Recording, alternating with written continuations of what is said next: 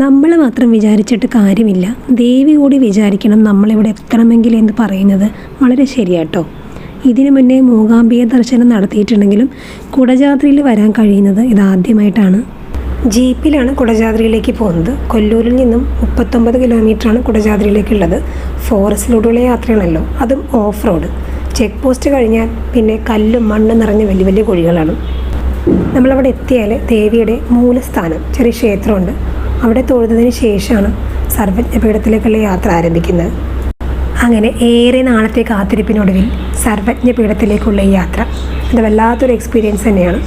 അത്യാവശ്യം റിസ്ക് ഉണ്ടെങ്കിലും നന്നായി എൻജോയ് ചെയ്ത് കയറാട്ടോ. കാരണം മനസ്സുകൊണ്ട് അത്രയ്ക്ക് അങ്ങോട്ട് ആഗ്രഹിച്ചിട്ടാണല്ലോ ഈ പോകുന്നത്.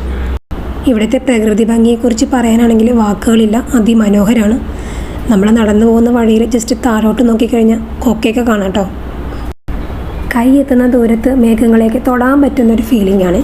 പിന്നെ അതുകൂടാതെ തന്നെ ഈ മലനിരകളിൽ നിരവധി ഔഷധ സസ്യങ്ങൾ ഉണ്ടെന്നാണ് പറയപ്പെടുന്നത്.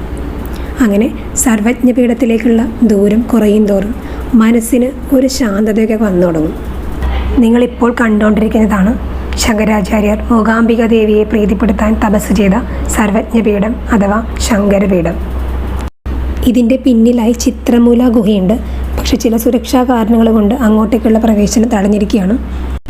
ഐതിഹ്യങ്ങൾക്കും കഥകൾക്കും ഉപരിയായി മനോഹരമായ കാഴ്ചകളുടെ മായാലോകമാണ് സർവജ്ഞപീഠത്തിലേക്കുള്ള യാത്ര.